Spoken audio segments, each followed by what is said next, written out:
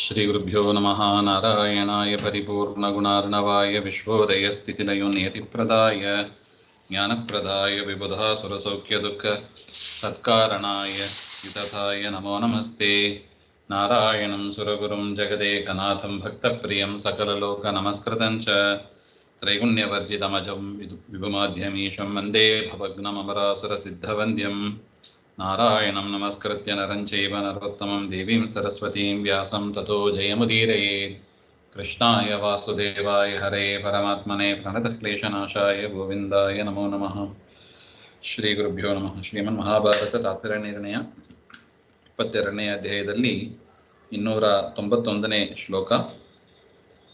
ದೇವೇಭ್ಯೋ ಮರಣಾತ್ ಭೀತಾ ರಾಕ್ಷಸಾ ವಿತ್ತಪಾಜ್ಞೆಯ ತದೀಯಂ ನರಿನಾಂ ತೇಹಿ ರಕ್ಷಂತ್ಯಸ್ಯಾಶ್ರಯಾ ಹರಃ ಜಾನನ್ ವಿತ್ತೇಶ್ವರೋ ಭೀಮಮಾಹಾತ್ಮ್ಯಂ ನ ಚುಕೋಪಃ.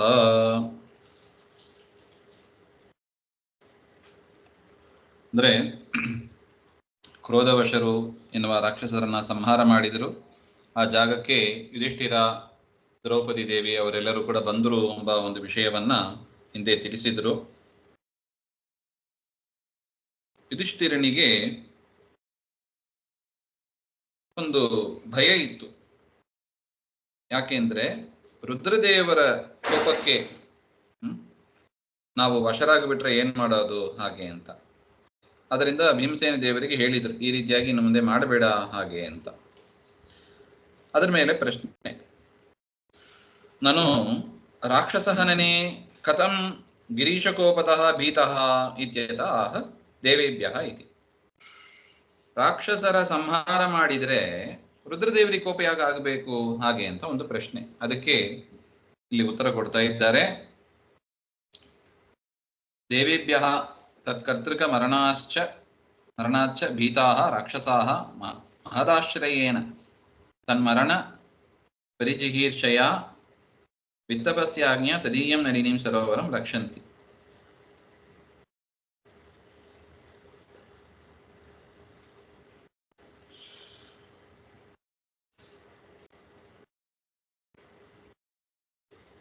ಅಂದ್ರೆ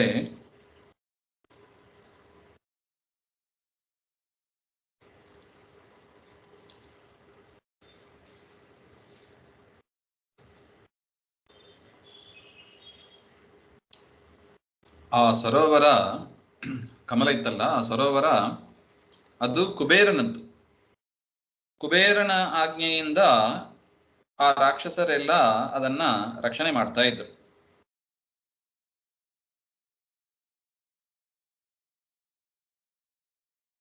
ದೇವತೆಗಳಿಂದ ತಮಗೆ ಮರಣ ಆಗಬಾರದು ಅಂತ ಹೇಳಿ ಆ ರಾಕ್ಷಸರೆಲ್ಲ ಏನ್ ಮಾಡಿದ್ರು, ಕುಬೇರನನ್ನ ಶರಣು ಹೋದಾಗ ಕುಬೇರನ ಆಜ್ಞೆಯಿಂದ ಅವರು ಆ ಸರೋವರವನ್ನ ರಕ್ಷಣೆ ಮಾಡ್ತಾ ಇದ್ರು.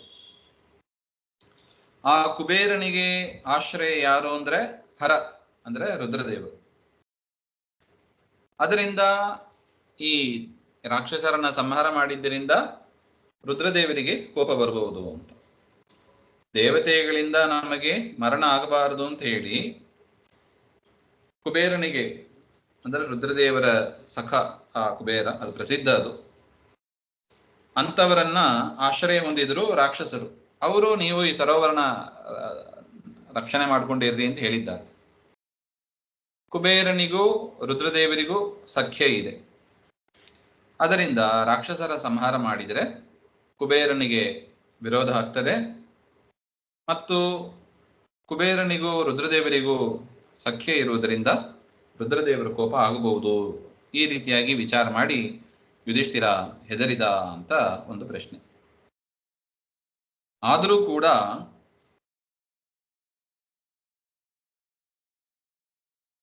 ಭೀಮಸ್ಯ ಮಾಹಾತ್ಮ್ಯಂ ಜಾನನ್ ವಿತ್ತೇಶ್ವರ, ಕುಬೇರನಿಗೆ ಈ ಭೀಮಸೇನ ದೇವರ ಮಹಿಮೆ ಗೊತ್ತು.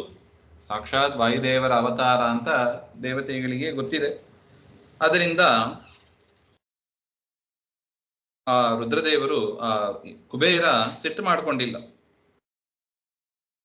ಯಾವ ಕಾರಣದಿಂದ ಕುಬೇರ ಸಿಟ್ಟು ಮಾಡಿಕೊಂಡಿಲ್ಲ, ಅದರಿಂದ ರುದ್ರದೇವರು ಕೂಡ ಸಿಟ್ಟು ಮಾಡಿಕೊಂಡಿಲ್ಲ ಈ ಕಾರ್ಯದಿಂದ ಅಂತ ಒಟ್ಟು ಆಚಾರ್ಯರು ನಿರ್ಣಯವನ್ನು ಇಲ್ಲಿ ಹೇಳ್ತಾ ಇದ್ದಾರೆ.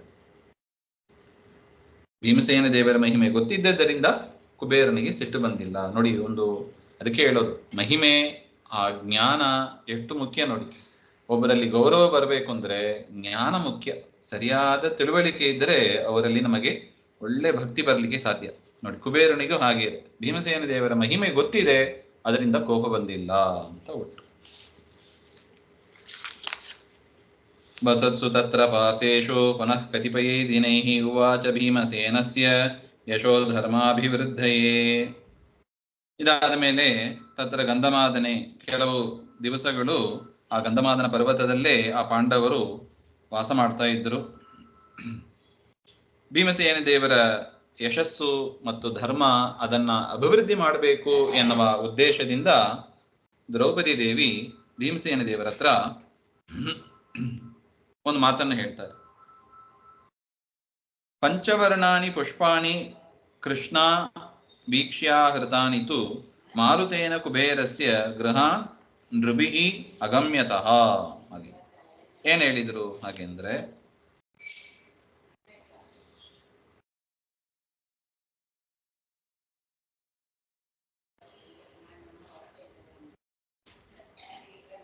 ಅಂದ್ರೆ ದ್ರೌಪದಿ ದೇವಿ ಭೀಮಸೇನ ದೇವರ ಹತ್ರ ಹೇಳಲಿಕ್ಕೆ ಪೂರ್ವದಲ್ಲಿ ಅವರು ಮತ್ತೊಂದು ಹೂವನ್ನು ನೋಡ್ತಾರೆ.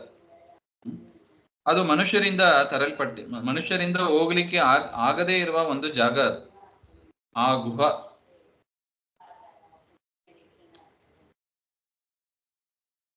ಆ ಗುಹೆಯಲ್ಲಿ ಇರತಕ್ಕ ಒಂದು ಹೂವು, ಅದು ಗಾಳಿಯಿಂದ ಬಂದು ವೇಗದಿಂದ ಬಂದು ಶುಕ್ಲಾದಿ ಪಂಚವರ್ಣ 5 ಬಣ್ಣದ ಹೂವು, ಅದು 5 ಬಣ್ಣದ ಹೂವು. ಅದನ್ನ ನೋಡಿ ದ್ರೌಪದಿ ದೇವಿ ಹಿಂದೆ ನೋಡಿದ್ದು ಬಂಗಾರದ ರೂಪದ ಕಮಲಗಳು. ಇದು 5 ವರ್ಣಗಳ ಒಂದು ವಿಶಿಷ್ಟವಾದ ಒಂದು ಹೂವು. ಅಂದ್ರೆ ಸಾಮಾನ್ಯ ಸ್ತ್ರೀಯರಿಗೆ ಹೂವುಗಳು ಇತ್ಯಾದಿಗಳಲ್ಲಿ ತುಂಬಾ ಆಸಕ್ತಿ ಇರುತ್ತದೆ ಎಂಬ ಒಂದು ವಿಚಾರವನ್ನು ತಿಳಿಸ್ತಾ ಇದ್ದಾರೆ ಆಚಾರ್ಯರು. ಡೈರೆಕ್ಟ್ ಆಗಿ ಕಾರಣವನ್ನು ಹೇಳ್ಬಿಟ್ರು. ದ್ರೌಪದಿ ದೇವಿಗೆ ಇದೆಲ್ಲ ಬಯಸುವವರಲ್ಲ, ಆದರೂ ಕೂಡ ಮತ್ತೆ ಯಾಕೆ ಕೇಳ್ತಾರೆ ಹಾಗೆಂದ್ರೆ, ಭೀಮಸೇನ ದೇವರ ಯಶಸ್ಸು ಮತ್ತು ಧರ್ಮವನ್ನ ಅಭಿವೃದ್ಧಿ ಮಾಡುವುದಕ್ಕಾಗಿ ಇದನ್ನೆಲ್ಲ ಅವರು ಕೇಳ್ತಾರೆ ಅಂತ ಒಟ್ಟು ಅಭಿಪ್ರಾಯ. ಅಗಮ್ಯೋಯಂ ಗಿರಿಃ ಸರ್ವೈಃ ಕುಬೇರೇಣ ಅಭಿಪಾಲಿತಃ ಅದ್ಯ ತ್ವಯೈವ ಗಂತವ್ಯಃ ವಿಧೂಯ ಅಖಿಲ ರಾಕ್ಷಸಾನ್.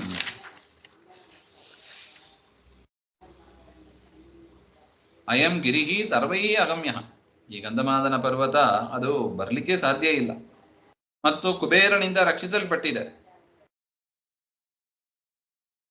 ಅದರಿಂದ ನೀನು ಇಲ್ಲಿರತಕ್ಕ ರಾಕ್ಷಸರನ್ನೆಲ್ಲ ಸಂಹಾರ ಮಾಡು, ಹಾಗೆ ಅಂತ ಸಂಹಾರ ಮಾಡಿ ಆ ಹೂವನ್ನ ತೆಗೆದುಕೊಂಡು ಬಾ ಹಾಗೆ ಅಂತ ಭೀಮಸೇನ ದೇವರಲ್ಲಿ ಪ್ರಾರ್ಥನೆಯನ್ನ ಮಾಡ್ತಾ ಇದ್ದಾರೆ. ಇತ್ಯುಕ್ತ ಆಶು ಸಗದ ಸದನುಸ್ಸ ಬಾಣೋ ಭೀಮೋ ಗಿರೀಂದ್ರಮಜಿತೋರು ಬಲೋ ವಿಗಾಹೆ ಪ್ರಾಪ್ತಂ ನಿಶಮ್ಯ ಬಲದೈವತ ಸೂನುಮತ್ರ ಪದ್ಮತ್ರಯಂ ಯರುಣದ್ ಉದ್ಧತ ರಾಕ್ಷಸಾನಾಂ. ಈ ರೀತಿಯಾಗಿ ಭೀಮನಿಂದ ಹೇಳಲ್ಪಟ್ಟ ಭೀಮಸೇನ ದೇವರು, ದ್ರೌಪದಿ ದೇವಿಯಿಂದ ಹೇಳಲ್ಪಟ್ಟ ಭೀಮಸೇನ ದೇವರು ಗದಾದಿಬಿಹಿ, ಗದೆ, ಧನುಸ್ಸು, ಬಾಣ ಇತ್ಯಾದಿಗಳನ್ನೆಲ್ಲ ಹಿಡ್ಕೊಂಡು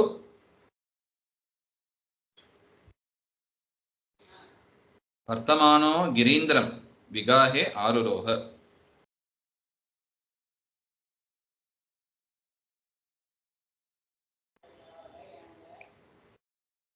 ಆಕಾಶಕ್ಕೆ ಅವರು ಹಾರಿ ಹೋದ್ರು ಅಂತ.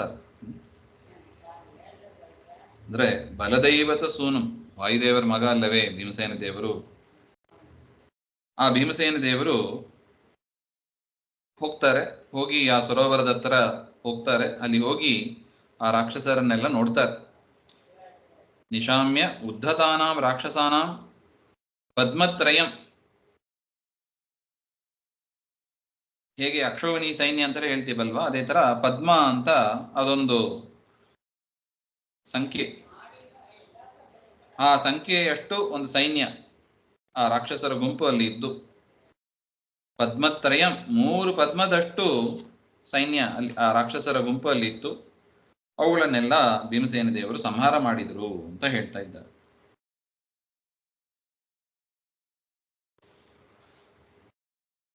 ಅಗ್ರೇ ನಿಧಾಯ ಮಣಿಮಂತಮಜೇಯಮುಗ್ರಂ ಶಂಭೋರ್ವರಾದ್ ವಿವಿಧ ಶಸ್ತ್ರಮಹಾಸ್ತ್ರವೃಷ್ಟ್ಯಾ ತಾನ್ ಸರ್ವರಾಕ್ಷಸಗಣ ಮಣಿಮತ್ಸಮೇತಾನ್ ಭೀಮೋ ಜಗಾಣ ಸಪದಿ ಪ್ರವರೈಶ್ವರೌಗೈಃ.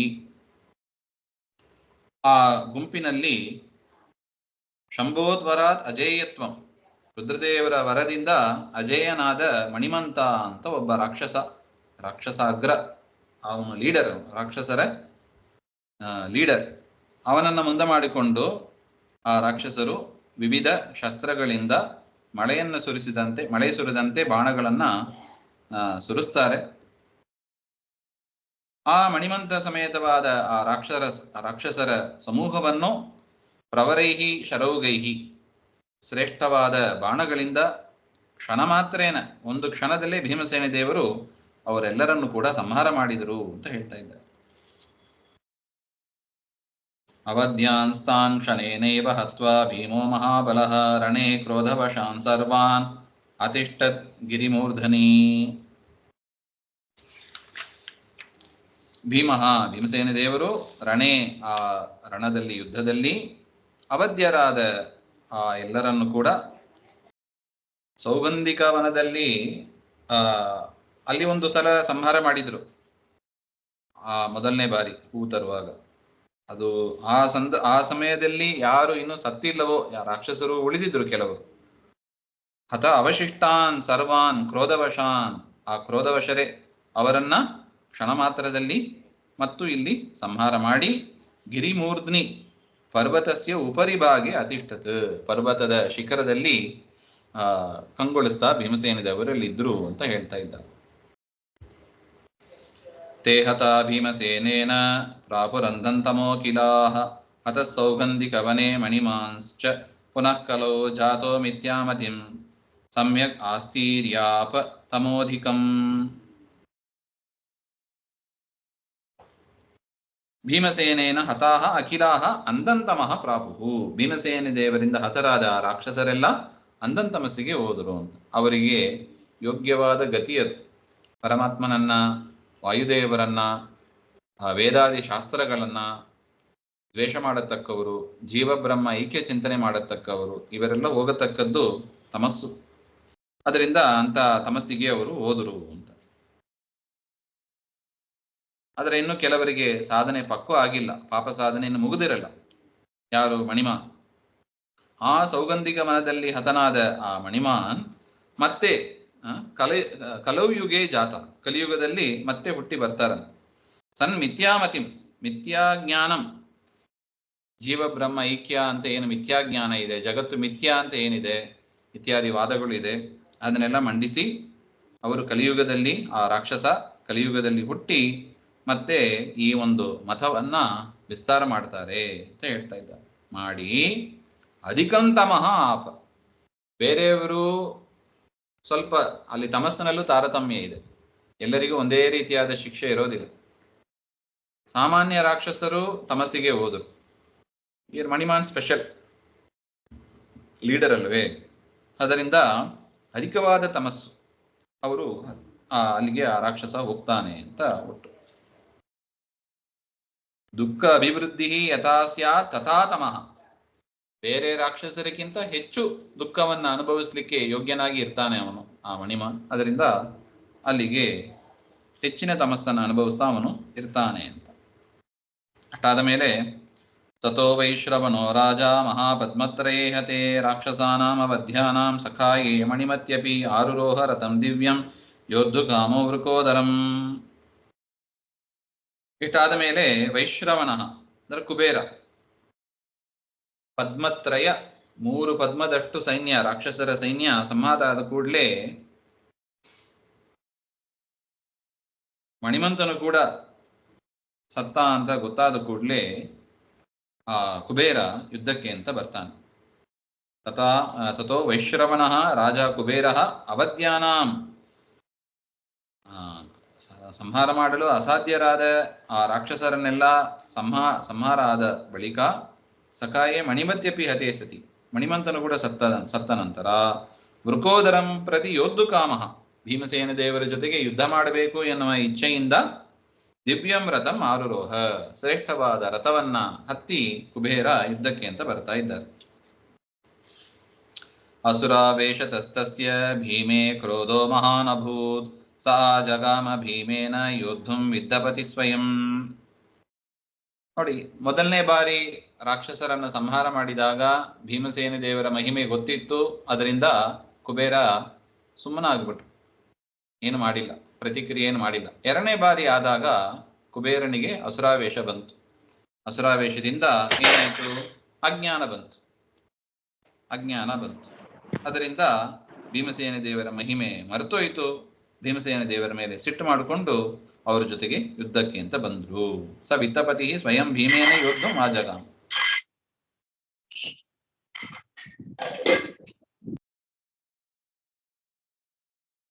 ಭೀಮಸೇನ ದೇವರು ತಾವು ಅವರ ಜೊತೆಗೆ ಯುದ್ಧ ಮಾಡಬೇಕು ಅಂತ ಕುಬೇರ ದಿವ್ಯವಾದ ರಥದಲ್ಲಿ ಬರ್ತಾರೆ ಅಂತ. ಆಗ ಏನಾಯ್ತು?